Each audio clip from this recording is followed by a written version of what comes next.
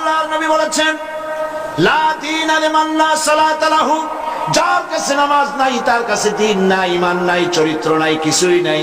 আল্লাহর নবী বলেছেন, আল্লাহর বান্দা এবং কাফেরের মধ্যে পার্থক্য কি? পার্থক্য হলো নামাজ। যে নামাজ পড়ে সে আল্লাহর বান্দা, যে নামাজ পড়ে না সে ব্যক্তি কুফরি করলো। মান তারাকা সালাতান মুতাআম্মিদান ফাকাদ কাফারা, ইচ্ছে করে যে নামাজ ছেড়ে দিল সে কুফরি করলো। বলেন নাউজুবিল্লাহ। আদমশুমারিতে আপনার নাম মুসলমান থাকতে পারে, ভোটার লিস্টে আপনার নাম মুসলমান থাকতে পারে, পাসপোর্টে আপনার নাম মুসলমান থাকতে পারে, কিন্তু আপনি নামাজ পড়েন না, আল্লাহর কসম আল্লাহর খাতায় আপনি মুসলমান নন।